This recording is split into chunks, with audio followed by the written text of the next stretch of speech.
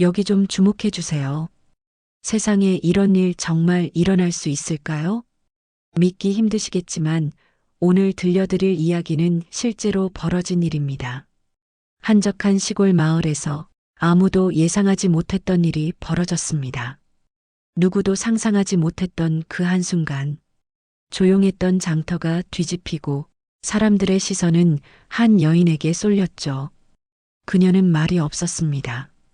하지만 단 한 번의 움직임으로 모든 것을 바꿔놓았습니다. 지금부터 그 놀라운 이야기를 시작합니다.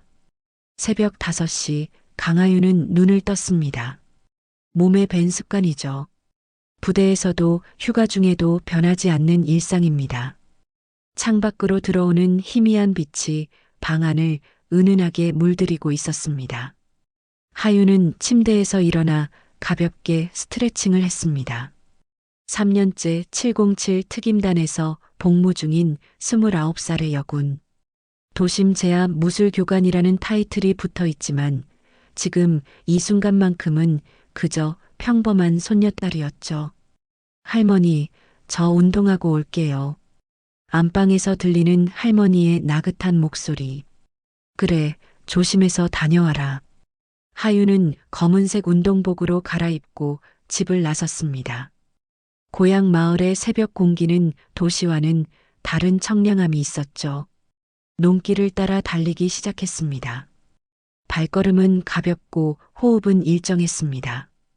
특수부대원답게 소리 없이 움직이는 모습이 마치 그림자 같았죠. 1시간가량의 운동을 마치고 집으로 돌아온 하윤은 샤워를 마친 뒤 군복을 꺼내 입었습니다. 휴가 중에도 군복을 입는 건 규정상 문제 없었고 무엇보다 편했으니까요. 그 위에 가벼운 바람막이를 걸쳤습니다. 왼쪽 가슴에는 707 특임단 패치가 선명하게 박혀 있었죠. 할머니, 장 보러 갔다 올게요. 뭐 필요한 거 있으세요? 할머니가 부엌에서 고개를 내밀었습니다. 콩나물하고 두부 좀 사다 주렴. 아, 계란도 한 판 사오고. 네, 알겠습니다.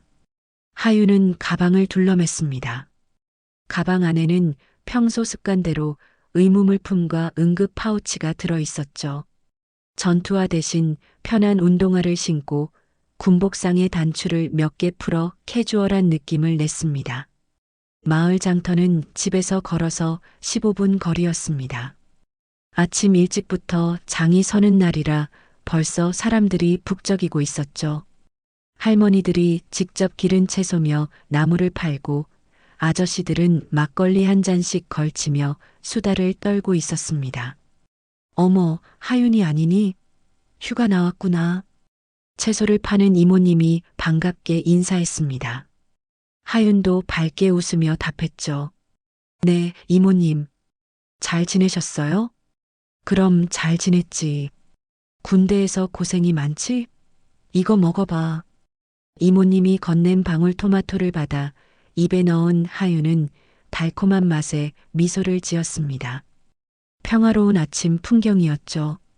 어린아이들이 떡꼬치를 들고 장난치며 뛰어다니고 강아지들이 꼬리를 흔들며 사람들 사이를 누비고 있었습니다. 하윤은 할머니가 부탁한 콩나물을 사기 위해 단골 가게로 향했습니다. 그때였죠. 장터 입구에서 시끄러운 오토바이 엔진 소리가 들려왔습니다. 굉음을 내며 8대의 오토바이가 장터로 들어왔죠. 오토바이에서 내린 사내들은 하나같이 문신으로 몸을 도배하고 있었습니다. 팔뚝에, 목에, 심지어 얼굴에까지 문신이 새겨져 있었죠. 그들은 큰 소리로 웃으며 장터를 휘젓기 시작했습니다. 야, 할매, 이거 얼마야? 아니, 이게 뭐 이렇게 비싸? 장사 똑바로 해. 거친 말투와 행동에 장터 분위기가 순식간에 얼어붙었습니다. 할머니들은 눈치를 보며 고개를 숙였고 아이들은 엄마 뒤로 숨었죠. 하윤은 콩나물을 고르던 손을 멈추고 그들을 조용히 관찰했습니다. 시선이 차분하게 8명을 스캔했죠. 체격, 움직임, 문신의 종류까지. 특수부대원의 본능적인 관찰이었습니다. 또 이런 부류들이네. 하윤은 혼잣말처럼 중얼거렸습니다. 이틀 전 계룡대 근처에서도 비슷한 무리를 본 적이 있었죠. 폭주족인지 조직폭력배인지 애매한 경계에 있는 자들. 힘자랑하기 좋아하고 약한 사람들을 괴롭히는 걸 즐기는 부류였습니다. 저기 콩나물 이거 주세요. 하윤은 침착하게 콩나물을 골라 담았습니다. 굳이 그들과 마주칠 이유는 없었죠. 휴가 중이기도 했고 무엇보다 할머니 심부름을 마저 해야 했으니까요. 하지만 운명은 그렇게 쉽게 하윤을 놓아주지 않았습니다. 두부를 사러 가던 길에 그들 중 한 명과 어깨가 부딪혔죠. 어이, 조심 좀 해. 건장한 체구의 사내가 하윤을 노려봤습니다. 하윤은 잠시 멈춰 섰다가 조용히 고개를 숙였습니다. 죄송합니다. 죄송하다고? 야, 너 군인이네? 707? 사내의 시선이 하윤의 군복 패치에 머물렀습니다. 그러자 다른 일당들도 하나둘 모여들기 시작했죠. 오, 진짜네. 707이래. 특수부대? 여자가 특수부대? 말이 돼? 그들의 조롱 섞인 웃음소리가 장터에 울려 퍼졌습니다. 하윤은 표정 하나 변하지 않고 그들을 바라봤죠. 눈빛은 차분했지만 그 안에는 날카로운 무언가가 숨어 있었습니다. 장터의 평화로운 아침은 그렇게 깨지고 있었습니다. 할머니들은 불안한 눈빛으로 상황을 지켜보고 있었고 누군가는 이미 휴대폰을 꺼내 들고 있었죠. 폭풍 전야의 고요함이 장터를 감싸고 있었습니다. 하윤의 손가락이 미세하게 움직였습니다. 상황 판단과 대응 준비. 3년간의 특수부대 훈련이 몸에 새겨둔 본능이었죠. 하지만 아직은 때가 아니었습니다. 아직은 참아야 할 때였죠. 하윤은 천천히 몸을 돌려 두부 가게로 향했습니다. 하지만 깡패들은 그냥 놔둘 생각이 없어 보였죠. 그들 중 가장 덩치가 큰 사내가 하윤의 앞을 가로막았습니다. 어디가? 우리가 말하는데 그냥 가면 어떡해? 하윤은 고개를 들어 사내를 바라봤습니다. 190cm는 좋게 넘어 보이는 거구였죠. 목에는 용 문신이 휘감겨 있었고 팔뚝에는 알 수 없는 한자들이 빼곡히 새겨져 있었습니다. 장 보러 왔습니다. 비켜주시면 감사하겠습니다. 정중하지만 단호한 목소리였죠. 사내는 코웃음을 쳤습니다. 야, 얘 봐라. 말투는 또 깍듯하네. 707이 뭐 그렇게 대단해? 주변의 일당들이 킥킥거리며 웃었습니다. 하윤은 그들의 반응을 무시하고 옆으로 돌아가려 했지만 또 다른 사내가 길을 막았죠. 잠깐만, 우리 형이 말하잖아. 707이 진짜 특수부대 맞아? 영화에서나 보던 건데. 맞습니다. 이제 지나가도 될까요? 하윤의 대답은 짧고 간결했습니다. 하지만 그들은 오히려 더 재미있다는 듯 하윤을 둘러쌌죠. 8명의 건장한 사내들이 만든 원 안에 하윤이 홀로 서 있었습니다. 장터의 상인들과 손님들이 걱정스러운 눈빛으로 바라보고 있었죠. 누군가는 경찰에 신고하려고 휴대폰을 꺼냈지만 깡패 중 한 명이 날카롭게 쏘아보자 다시 주머니에 넣었습니다. 저기 젊은 사람들, 여기서 이러면 안 돼요. 장사하는데 방해가 되잖아요. 용기를 낸 할머니 한 분이 떨리는 목소리로 말했습니다. 하지만 두목으로 보이는 사내가 할머니를 향해 고개를 돌렸죠. 할매, 가만히 있어. 우리가 뭐 잘못하는 거 봤어? 그냥 대화하는 거야, 대화. 할머니는 입을 다물 수밖에 없었습니다. 하윤의 눈빛이 차갑게 가라앉았죠. 힘없는 노인들을 협박하는 모습에 분노가 일었지만 아직은 참아야 했습니다. 그때 두목이 하윤에게 다시 시선을 돌렸습니다. 가죽 재킷 안으로 보이는 목에는 곤이라는 한자가 문신으로 새겨져 있었죠. 야, 군인 아가씨. 707이면 싸움 잘하겠네? 한번 보여줘봐. 보여드릴 이유가 없습니다. 이유가 없다고? 야, 우리가 이렇게 정중하게 부탁하는데? 곤이 한 발짝 다가왔습니다. 담배와 술 냄새가 진동했죠. 하유는 미동도 하지 않고 서 있었습니다. 저기 앉아서 좀 쉬다 가실까요? 커피라도 한 잔 대접하고 싶은데. 곤이 장터 한쪽 구석에 벤치를 가리켰습니다. 하유는 잠시 생각하다가 고개를 끄덕였죠. 정면 충돌보다는 상황을 진정시키는 게 나을 것 같았습니다. 하윤이 벤치로 걸어가자 깡패들도 우르르 따라왔습니다. 하윤은 조용히 앉아 가방에서 생수를 꺼내 마셨죠. 깡패들은 그 모습을 신기한 듯 바라봤습니다. 야, 진짜 여자 맞아? 왜 이렇게 차분해? 보통 여자들은 우리만 봐도 벌벌 떠는데. 그들의 조롱이 계속됐습니다. 하윤은 생수병 뚜껑을 닫으며 그들을 하나하나 관찰했죠. 눈빛만으로도 상대의 실력을 가늠할 수 있었습니다.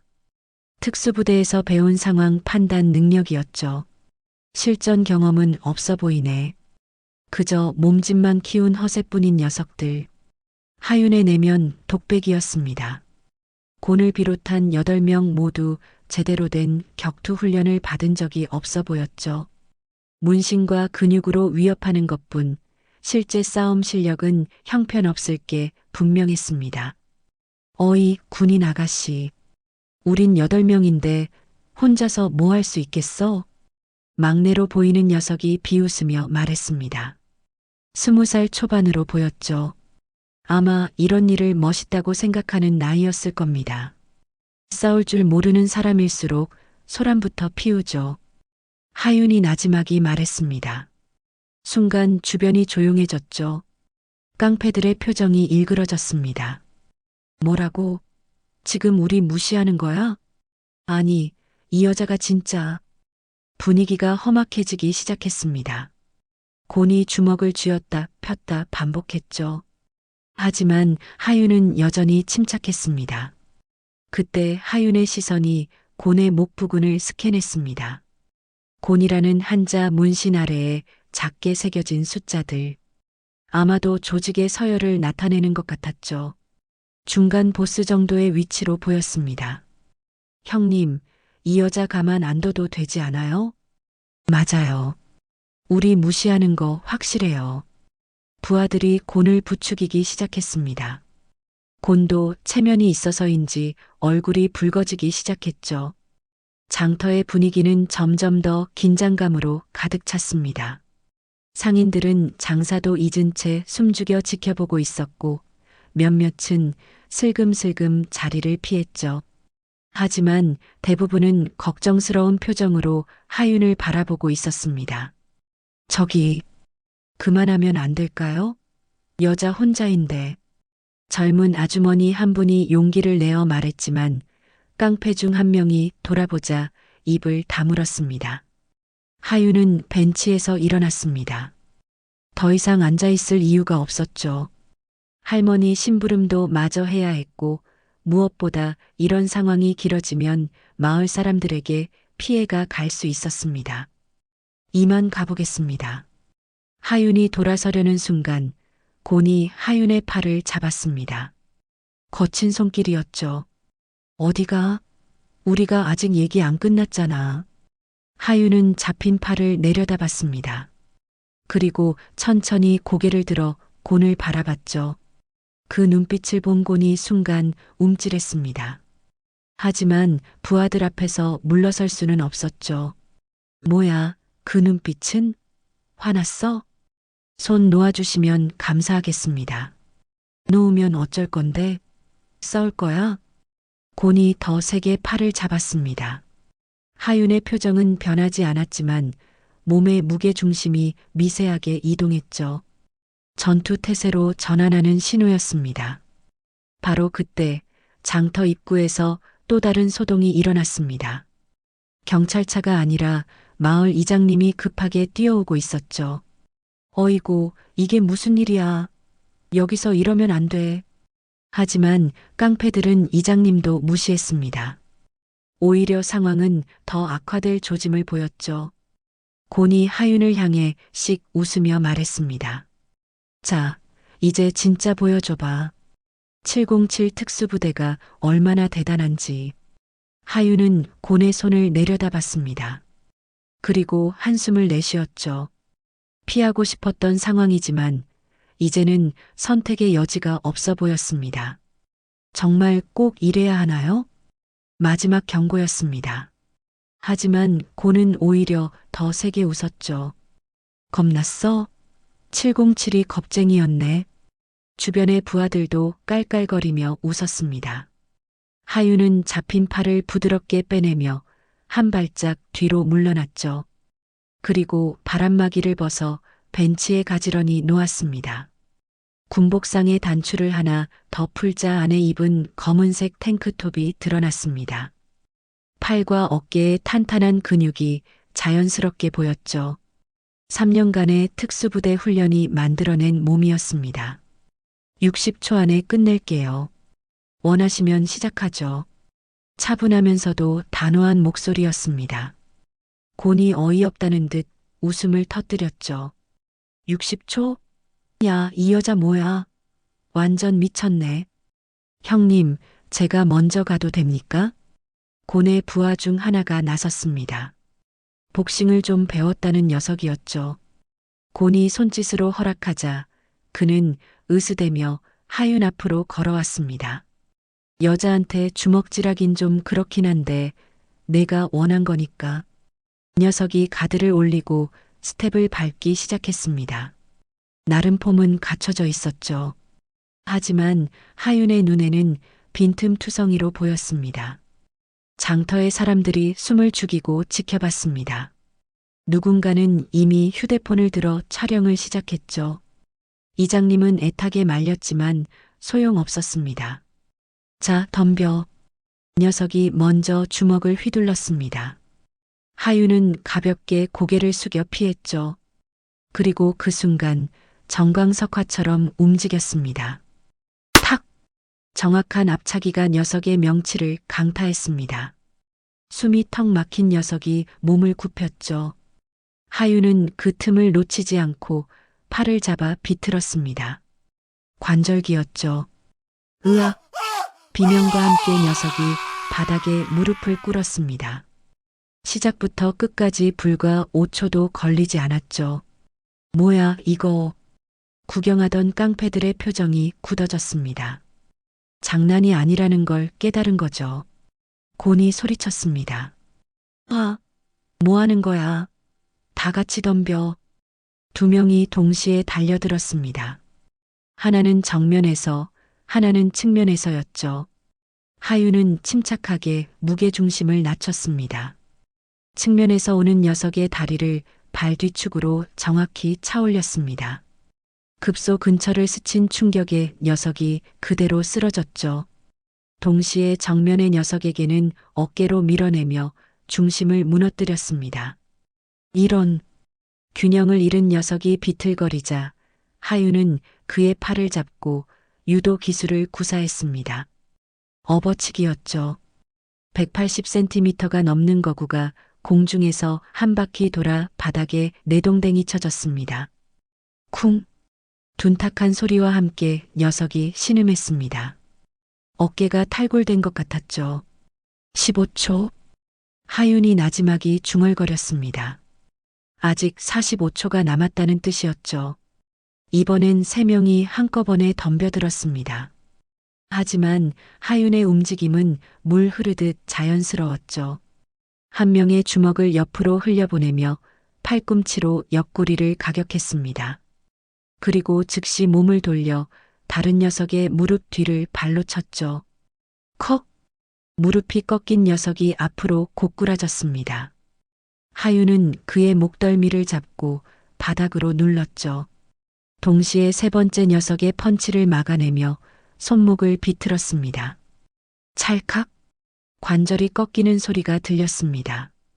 완전히 부러진 건 아니었지만 당분간 주먹을 쓸 수 없을 정도였죠. 30초. 장터는 완전히 조용해졌습니다. 상인들도 구경꾼들도 모두 입을 벌린 채 넋을 잃고 있었죠. 8명 중 6명이 이미 바닥에 쓰러져 신음하고 있었습니다. 남은 건 곰과 그의 최측근 1명뿐이었죠. 최측근은 이미 겁에 질려 뒷걸음질 치고 있었습니다. 형님, 저 여자 진짜인 것 같은데요. 닥쳐. 곤이 부하를 밀치고 앞으로 나섰습니다. 주머니에서 무언가를 꺼내는 신용을 했죠. 하지만 하윤은 이미 그의 의도를 파악하고 있었습니다. 순간 하윤이 바닥에 떨어진 빈 깡통을 발로 찼습니다. 깡통이 곤의 얼굴 앞으로 날아갔죠. 반사적으로 손을 들어막는 곤. 그 짧은 순간이면 충분했습니다. 하윤이 순식간에 거리를 좁혔습니다. 곤의 팔을 잡아 비틀며 동시에 무릎으로 그의 무릎 뒤를 정확히 가격했죠. 인체의 급소 중 하나인 스라브였습니다. 으악! 곤이 무릎을 꿇었습니다. 하윤은 그의 팔을 등 뒤로 꺾어 올리며 완벽하게 제압했죠. 45초. 아직 15초 남았네요. 하윤의 목소리는 여전히 차분했습니다. 숨 한 번 거칠어지지 않았죠. 반면 곤은 고통스러워하며 이를 악물고 있었습니다. 마지막 남은 최측근이 도망치려 했지만 하윤이 나지막이 말했습니다. 거기 서세요. 친구들 데리고 가야죠. 최측근은 그 자리에 얼어붙었습니다. 감히 도망칠 엄두가 나지 않았죠. 하윤이 곤을 놓아주며 일어섰습니다. 그리고 군복을 가다듬으며 말했죠. 다들 크게 다친 건 없을 겁니다. 병원 가서 검사는 받아보세요. 믿기 힘든 광경이었습니다. 8명의 건장한 사내들이 단 1명의 여성에게 완전히 제압당했으니까요. 그것도 정확히 45초 만에 말이죠. 장터 곳곳에서 휴대폰을 든 사람들이 보였습니다. 이미 여러 각도에서 촬영된 영상들이 있을 거였죠. 하윤은 작은 한숨을 내쉬었습니다. 조용히 지나가고 싶었는데 일이 커져버렸죠. 대단하네. 진짜 특수부대구나. 누군가의 감탄이 들려왔습니다. 하지만 하윤은 별다른 반응을 보이지 않았죠. 벤치에 놓아둔 바람막이를 집어들고 다시 입었습니다. 곤이 고개를 들어 하윤을 올려다봤습니다. 굴욕감과 분노, 그리고 두려움이 뒤섞인 눈빛이었죠. 하윤의 왼쪽 가슴에 박힌 707 패치가 햇빛을 받아 반짝였습니다. 이게 707. 곤의 중얼거림이 들렸습니다. 이제야 그들이 누구를 건드렸는지 실감하는 것 같았죠. 하윤은 가방을 다시 메고 돌아섰습니다. 아직 할머니 심부름이 남아 있었으니까요. 하지만 발걸음을 옮기기도 전에 또 다른 소리가 들려왔습니다. 거기 움직이지 마세요. 경찰이 도착한 줄 알았지만 목소리의 주인은 뜻밖에도 휴대폰을 든 한 청년이었습니다. 유튜브 촬영을 하는 것 같았죠. 죄송한데요. 방금 그 장면 정말 대단했어요. 혹시 인터뷰 좀. 하윤은 고개를 가로저었습니다. 죄송합니다. 인터뷰는 사양할게요. 청년이 아쉬워하는 사이 장터 곳곳에서 더 많은 사람들이 휴대폰을 꺼내 들었습니다. 어느새 하윤은 수십 개의 카메라에 둘러싸여 있었죠. 불편한 상황이었지만 이미 벌어진 일이었습니다. 바닥에 쓰러진 깡패들이 하나둘 일어나기 시작했습니다. 팔을 부여잡고 허리를 두드리며 신음하는 모습이 영락없는 패잔병들이었죠. 하지만 곰마는 여전히 무릎을 꿇은 채 하윤을 노려보고 있었습니다. 지금이라도 사과하면 여기서 끝내줄게요. 하윤이 담담하게 말했습니다. 진심이었죠. 더 이상 일을 크게 만들고 싶지 않았습니다. 하지만 곤의 자존심이 그것을 허락하지 않았나 봅니다. 사과? 여자가 남자한테 싸움 가르치려 들어? 곤이 비틀거리며 일어섰습니다. 그의 다리는 눈에 띄게 떨리고 있었죠. 아까 하윤이 가격한 무릎이 제대로 서지 않는 것 같았습니다. 형님, 그만하시죠. 저희가 진 거예요. 최측근이 곤을 부축하려 했지만 곤은 그의 손을 뿌리쳤습니다. 닥쳐. 아직 안 끝났어. 곤이 주머니를 뒤적이자 주변 사람들이 긴장했습니다. 하지만 꺼낸 건 흉기가 아니라 휴대폰이었죠. 떨리는 손으로 어딘가에 전화를 걸기 시작했습니다. 나야. 지금 당장 애들 데리고 와. 뭐, 몇 명이냐고? 다 데리고 와. 전화를 끊은 곤이 하윤을 향해 으르렁거렸습니다. 좋아, 잠깐만 기다려봐. 우리 조직 애들이 오면. 그만하세요. 하윤이 단호하게 말했습니다. 지금 물러나시면 경찰에 신고하지 않겠습니다. 하지만 계속 이러시면. 그때 장터 입구에서 사이렌 소리가 들려왔습니다. 누군가 이미 신고를 한 모양이었죠. 곤의 얼굴이 하얗게 질렸습니다. 젠장. 하지만 도착한 건 경찰차가 아니라 구급차였습니다. 아마 다친 사람이 있다고 신고가 들어간 것 같았죠. 구급대원들이 황급히 내려 부상자들을 확인하기 시작했습니다. 어머, 이게 무슨 일이에요? 다들 어디를 다치신 거죠? 구급대원이 당황한 표정으로 물었습니다. 이장님이 나서서 상황을 설명하려 했지만 정확히 뭐라고 말해야 할지 몰라 우물쭈물했죠. 그 사이 하윤은 조용히 자리를 빠져나가려 했습니다. 하지만 한 할머니가 하윤의 팔을 잡았죠. 아가씨, 정말 고마워요. 저 양아치들 때문에 장사도 제대로 못했는데. 아니에요, 할머니. 별일 아닙니다. 하윤이 겸손하게 대답하자 주변의 상인들도 하나둘 다가왔습니다. 맞아요. 정말 시원했어요. 어떻게 여자 혼자서 저렇게 많은 남자들을. 707이 진짜 대단하긴 대단하구나. 칭찬이 쏟아졌지만 하윤은 오히려 부담스러워하는 것 같았습니다. 그저 조용히 고개를 숙일 뿐이었죠. 한편 곤과 부하들은 구급대원들의 간단한 처치를 받고 있었습니다. 다행히 크게 다친 사람은 없었죠. 하윤이 정확히 급소만 노려 제압했기 때문이었습니다. 죽이거나 불구로 만들 수 있었지만 그러지 않았던 거죠. 이봐요, 경찰에 신고해야 하는 거 아니에요? 구급대원 중 한 명이 물었습니다. 하지만 곤이 황급히 고개를 저었죠. 아닙니다. 그냥 운동하다가 다친 겁니다. 운동하다가 8명이 동시에 다쳤다고요? 구급대원이 의심스러운 눈초리로 바라봤지만 곤은 끝까지 아니라고 우겼습니다. 경찰이 개입하면 자신들에게 불리할 게 뻔했으니까요. 그때 하윤이 구급대원에게 다가갔습니다. 저 사람 무릎 확인해 보세요. 스라브를 가격당했으니 인대 손상이 있을 수 있습니다. 전문적인 지적에 구급대원이 놀랐습니다. 네. 네. 확인해 보겠습니다. 혹시 의료 관계자이신가요? 특수부대에서는 기본적인 응급의학을 배웁니다. 하윤의 대답에 구급대원이 고개를 끄덕였습니다. 그리고 곤의 무릎을 자세히 살피기 시작했죠. 정말이네요. 병원에서 정밀 검사 받으셔야겠습니다. 곤은 하윤을 복잡한 시선으로 바라봤습니다.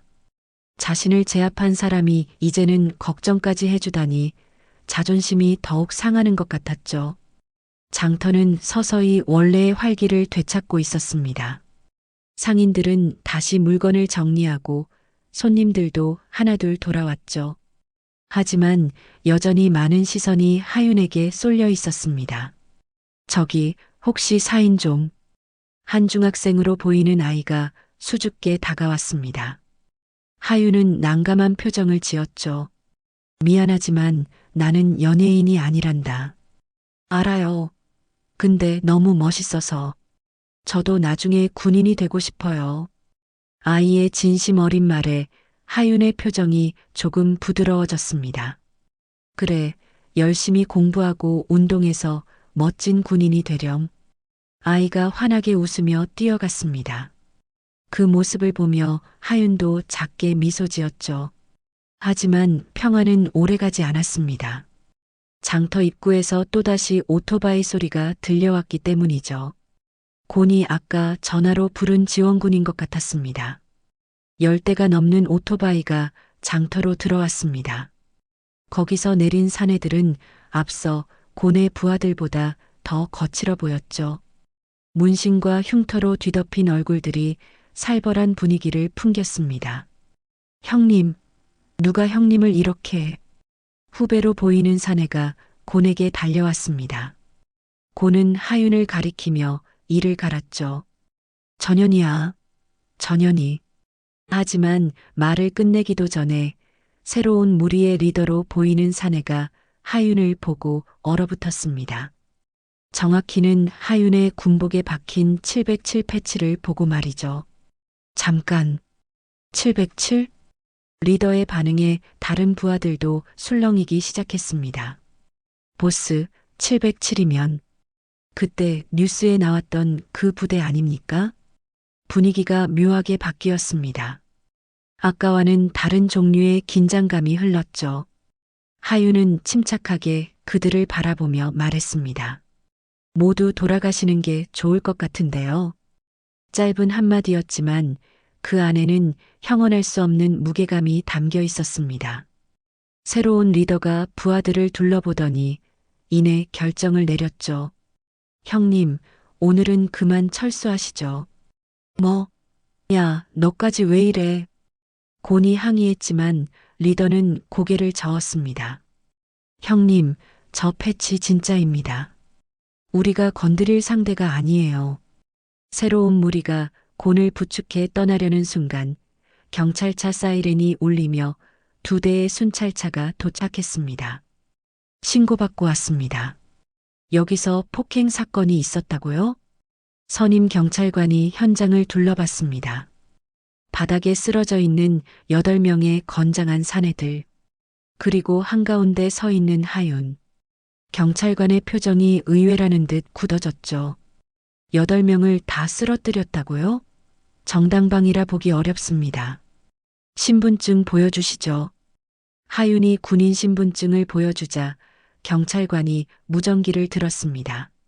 707 특임단 강하윤 중사 신원 확인 요청합니다. 잠시 후 무전기에서 응답이 왔습니다. 경찰관의 눈이 점점 커졌죠. 뭐라고요? 작년 대테러 작전 무공훈장 수상자라고요? 이 말에 주변이 술렁였습니다.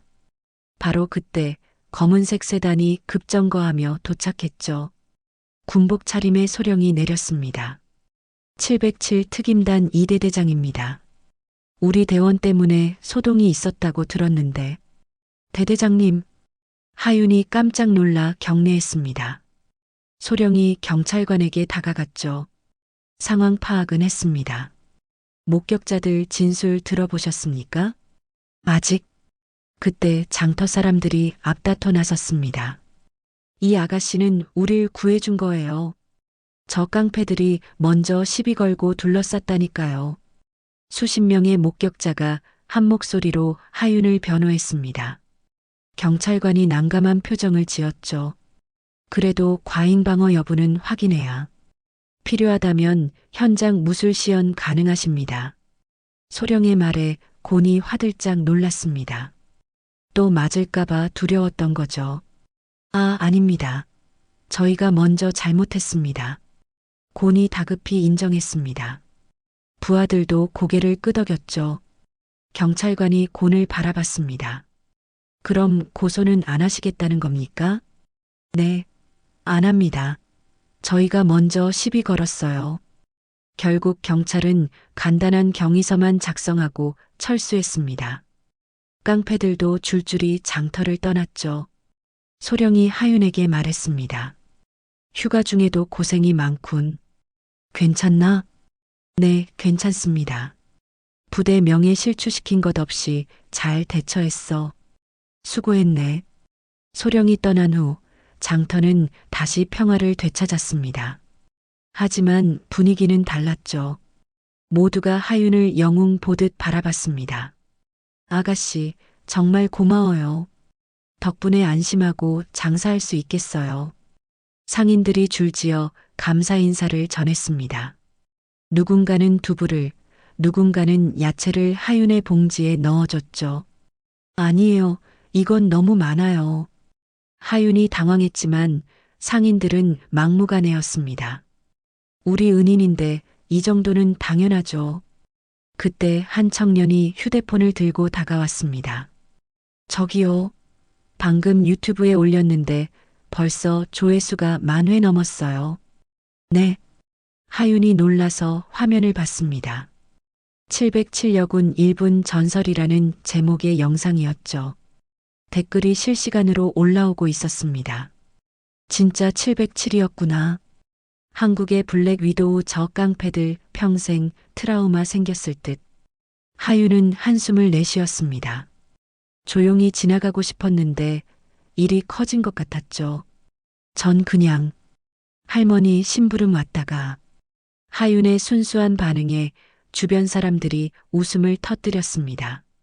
그래도 덕분에 우리 장터가 유명해졌어요. 맞아요. 이제 깡패들이 얼씬도 못할 거예요. 집으로 돌아가는 하윤의 봉지는 묵직했습니다.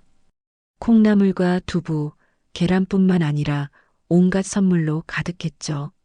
장터 입구에서 하윤이 뒤를 돌아봤습니다. 상인들이 손을 흔들며 배웅했죠. 하윤도 어색하게 손을 들어 인사했습니다. 한편 경찰서로 끌려간 고는 조사실에서 멍하니 앉아 있었습니다. 그날 장터에서 우리가 건드린 게 진짜 707이었어. 고의 중얼거림에 경찰관이 고개를 저었습니다. 그러니까 함부로 시비 걸지 말라고 했잖아요. 고는 하윤의 마지막 모습을 떠올렸습니다. 왼쪽 가슴에 반짝이던 707 패치가 아직도 눈에 선했죠. 평생 잊지 못할 기억이 될 것 같았습니다. 장터에는 새로운 전설이 생겼습니다. 단 1분 만에 8명을 제압한 707여군의 이야기가 말이죠. 그리고 그 영상은 계속해서 퍼져나가고 있었습니다. 하윤이 집에 돌아왔을 때 할머니가 급하게 달려왔습니다. 하윤아, 내가 TV에 나오고 있어. 거실 TV에는 긴급 뉴스가 흐르고 있었습니다. 707 특수부대 여군, 8명 깡패 1분 제압. 알고 보니 대테러 작전 영웅. 강하윤 중사는 작년 서울 도심 테러 위협 당시 인질 12명을 단독 구출한 인물입니다. 화면에 하윤의 군복 사진이 떴습니다. 이어서 작전 당시 CCTV 영상이 공개됐죠. 건물로 침투하는 하윤의 모습이 포착돼 있었습니다. 어머, 하윤아, 이게 다 사실이니? 할머니의 물음에 하윤이 고개를 숙였습니다. 할머니께 걱정 끼치고 싶지 않아서. 그때 하윤의 휴대폰이 울렸습니다. 대대장이었죠. 강 중사, 국방부에서 자네 과거 활동을 일부 공개하기로 했네. 여군의 우수성을 알리는 좋은 기회라고. 하지만 그건 기밀. 기밀 부분은 제외하고 공개 가능한 것만이야. 지금 언론이 난리네. TV에서는 더 놀라운 사실이 공개되고 있었습니다.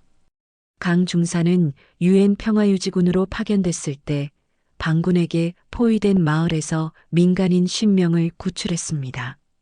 당시 작전 영상입니다. 흔들리는 화면 속에서 하윤이 아이를 안고 뛰는 모습이 보였습니다. 총성이 울리는 가운데 민간인들을 대피시키는 장면이었죠. 5시간 동안 단독으로 반군을 저지하며 민간인 대피로를 확보했다고 합니다. 이어서 당시 구출된 현지인의 인터뷰가 나왔습니다. 그녀는 천사였어요. 우리를 구하기 위해 목숨을 걸었죠. 평생 잊지 못할 겁니다. 할머니의 눈에 눈물이 맺혔습니다. 우리 하윤이가 이렇게 많은 사람을 구했구나. 뉴스는 계속됐습니다. 또한 강 중사는 여군 후배들을 위한 특별 프로그램도 운영하고 있습니다. 화면이 바뀌며 인터뷰가 나왔습니다. 하윤의 후배 여군이었죠. 선배님 덕분에 여자도 할 수 있다는 자신감을 얻었어요. 선배님이 없었다면 포기했을 거예요. 강 중사가 만든 여군 전투력 향상 프로그램은 현재 정군에 확대 적용될 예정입니다. 하윤은 얼굴이 빨개졌습니다. 자신이 한 일들이 이렇게 공개되리라고는 생각하지 못했죠. 다음 날 아침 부대로 복귀하는 하윤을 위병들이 경례로 맞았습니다. 강 중사님, 어제 뉴스 봤습니다. 부대 안은 술렁이고 있었습니다. 홍보실장이 급히 다가왔죠. 강 중사, 언론사 인터뷰 요청이 100건이 넘어. 청와대에서도 연락이 왔어. 전 그저 국방부 장관이 직접 자네를 언급했네. 강하윤 중사야말로 대한민국 여군의 미래라고. 그때 훈련장에서 후배들이 달려왔습니다. 선배님, 저희도 선배님처럼 되고 싶어요. 여군도 특수부대 갈 수 있다는 걸 보여주셔서 감사해요. 하윤은 후배들을 보며 말했습니다. 너희들도 할 수 있어. 포기하지 마. 그날 저녁 뜻밖의 방문자가 찾아왔습니다. 바로 곤이었죠. 목발을 짚고 있었습니다. 저 사과하러 왔습니다. 경계하는 위병들에게 하윤이 손짓했습니다. 괜찮습니다. 들어오세요. 면회실에서 곤이 고개를 숙였습니다. 뉴스 봤습니다. 진짜 대단한 분이었네요. 저희가 얼마나 무례했는지. 이미 지난 일입니다. 아닙니다. 제가 진짜 쓰레기였어요. 앞으로 다시는 절대 그러지 않겠습니다. 곤이 일어나 정중히 인사했습니다. 그리고 덕분에 정신 차렸습니다. 이제 제대로 살아보려고요. 하윤은 고개를 끄덕였습니다. 잘 생각하셨네요. 새 출발 응원합니다. 곤이 떠난 후 하윤은 잠시 생각에 잠겼습니다. 자신의 행동이 누군가의 인생을 바꾸는 계기가 됐다는 게 신기했죠. 며칠 후 국방부에서 발표가 있었습니다. 강하윤 중사의 사례를 계기로 여군 특수부대 선발을 확대하기로 했습니다. 또한 여군 전투훈련 프로그램을 전면 개편할 예정입니다. 하윤의 일화는 교육 자료로도 만들어졌습니다. 두려움을 이기는 용기, 약자를 지키는 힘이라는 제목으로 정군에 배포됐죠. 훈련장에서 하윤은 여전히 후배들을 가르치고 있었습니다.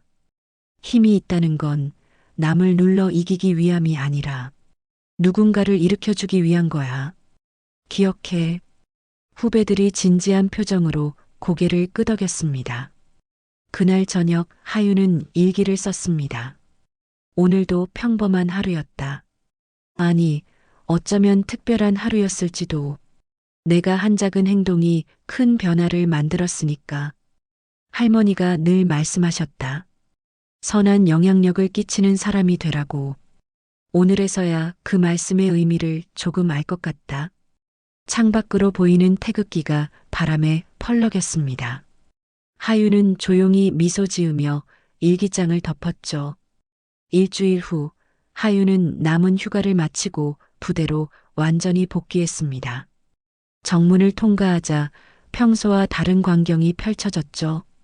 경내에 수십 명의 여군 후배들이 도열해 있었습니다. 하윤이 당황했죠. 이게 무슨... 선배님 복귀 환영합니다. 후배들이 일제히 외쳤습니다. 그들의 눈빛은 존경심으로 가득했죠. 바로 그때 SNS 알림이 울렸습니다.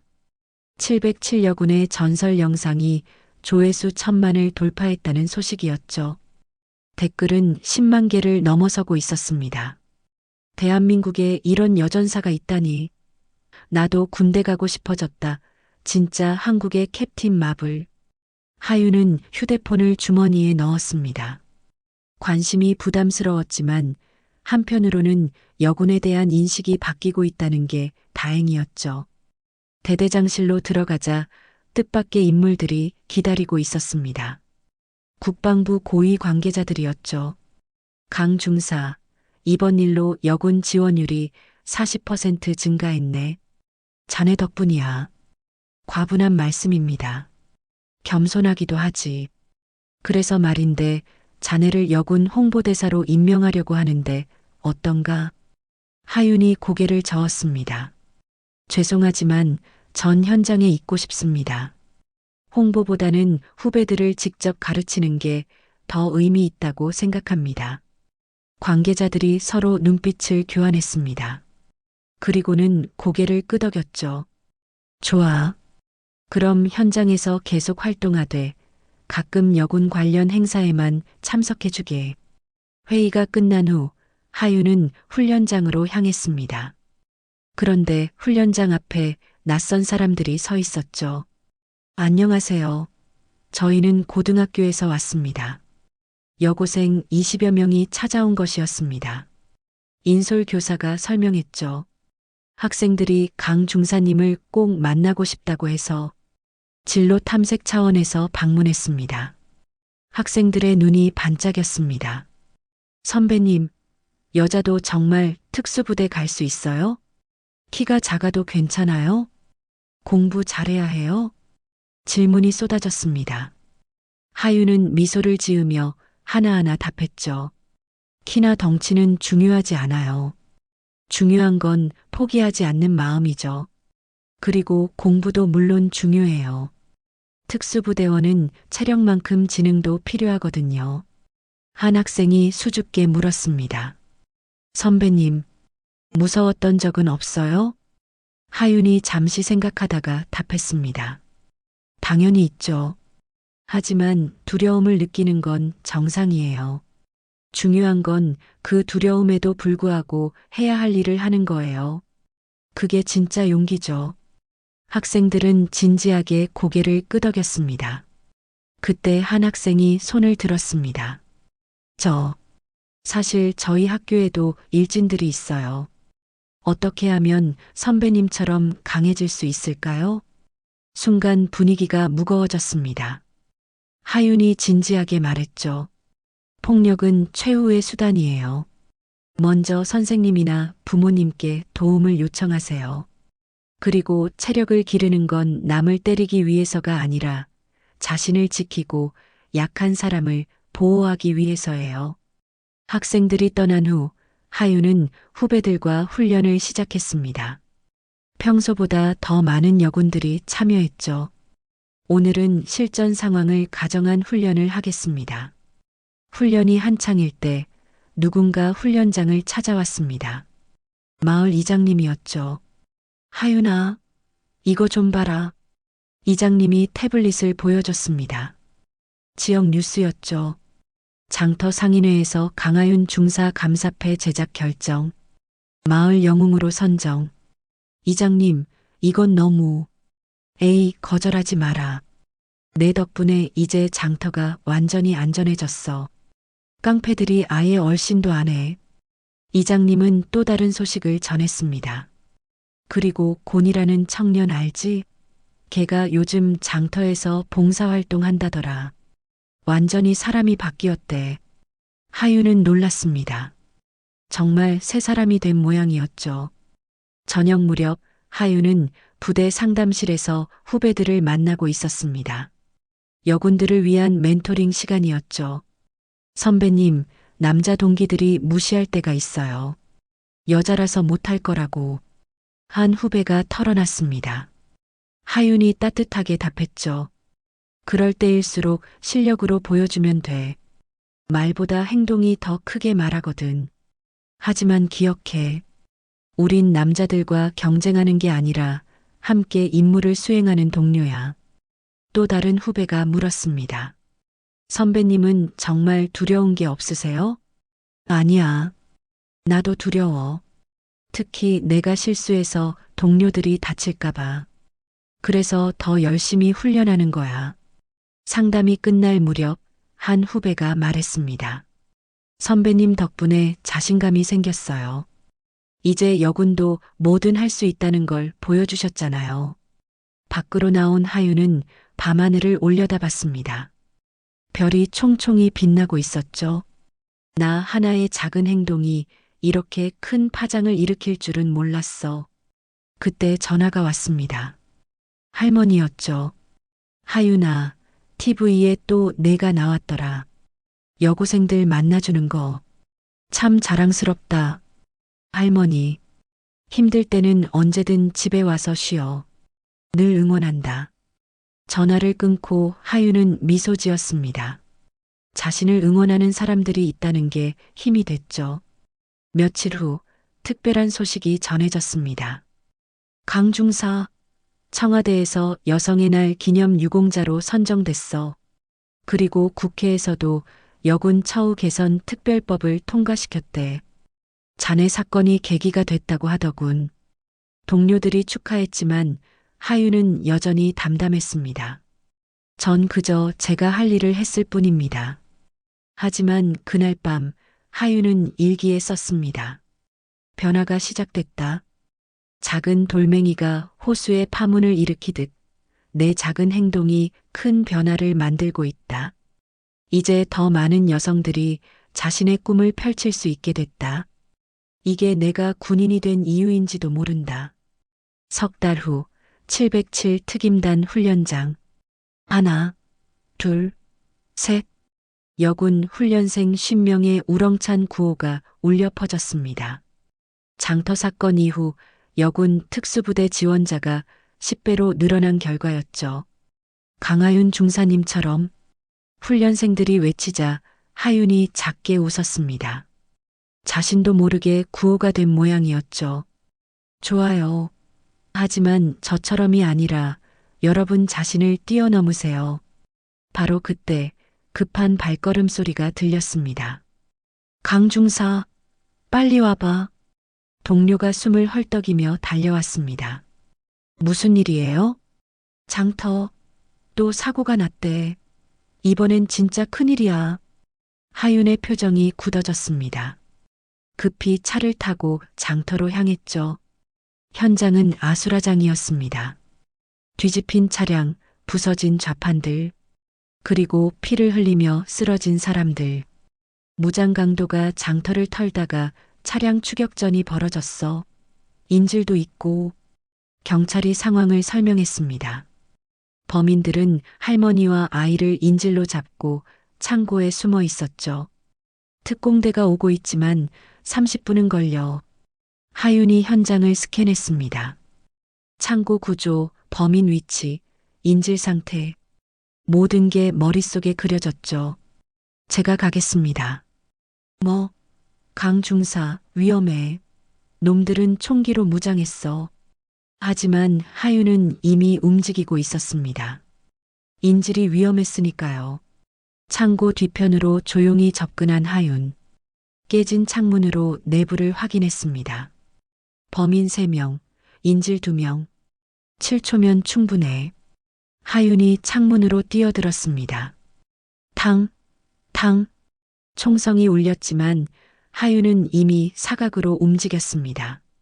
첫 번째 범인의 손목을 쳐서 총을 떨어뜨렸죠. 컥! 이어지는 무릎차기로 두 번째 범인 제압. 세 번째 범인이 인질을 향해 총을 겨누려는 순간 하윤이 몸을 날렸습니다. 인질을 감싸 안으며 구르기. 동시에 발로 범인의 총을 차올렸죠. 으악! 정확히 7초. 모든 범인이 제압됐습니다. 할머니, 괜찮으세요? 고맙다. 정말 고맙다. 인질로 잡혔던 할머니가 눈물을 흘렸습니다. 아이는 하윤을 꼭 껴안았죠. 밖으로 나오자 환호성이 터졌습니다. 또 해냈어. 강하윤이 또 해냈어. 하지만 이번엔 달랐습니다. 하윤의 어깨에서 피가 흐르고 있었죠. 총알이 스쳤던 겁니다. 중사님, 후배들이 달려왔습니다. 하윤이 웃으며 말했죠. 괜찮아. 스친 것뿐이야. 병원으로 이송되는 하윤. 구급차 안에서 곤이 손을 꼭 잡았습니다. 이제 장터 자율방범대장이 된 곤이었죠. 중사님, 또 구해주셨네요. 진짜 전설이세요. 전설은 무슨. 그냥 군인일 뿐이야. 이 사건은 실시간으로 생중계됐습니다. 707여군, 또다시 영웅이 되다라는 제목으로 전 국민이 지켜봤죠. 병원 응급실. 다행히 상처는 깊지 않았습니다. 운이 좋으셨어요. 조금만 더 깊었으면. 의사가 말했지만 하윤은 담담했습니다. 인질이 무사하면 됐죠. 그때 병실 문이 열렸습니다. 대통령이 직접 찾아온 거였죠. 강 중사, 또 한 번 대한민국을 빛내줬군요. 그저 제 일을 했을 뿐입니다. 카카. 겸손하기도 하지. 이번엔 무공훈장이 아니라 더 큰 상을 준비해야겠어. 며칠 후 청와대. 강하윤 중사를 대한민국 여성 최초의 특수부대 소령으로 특진 임명합니다.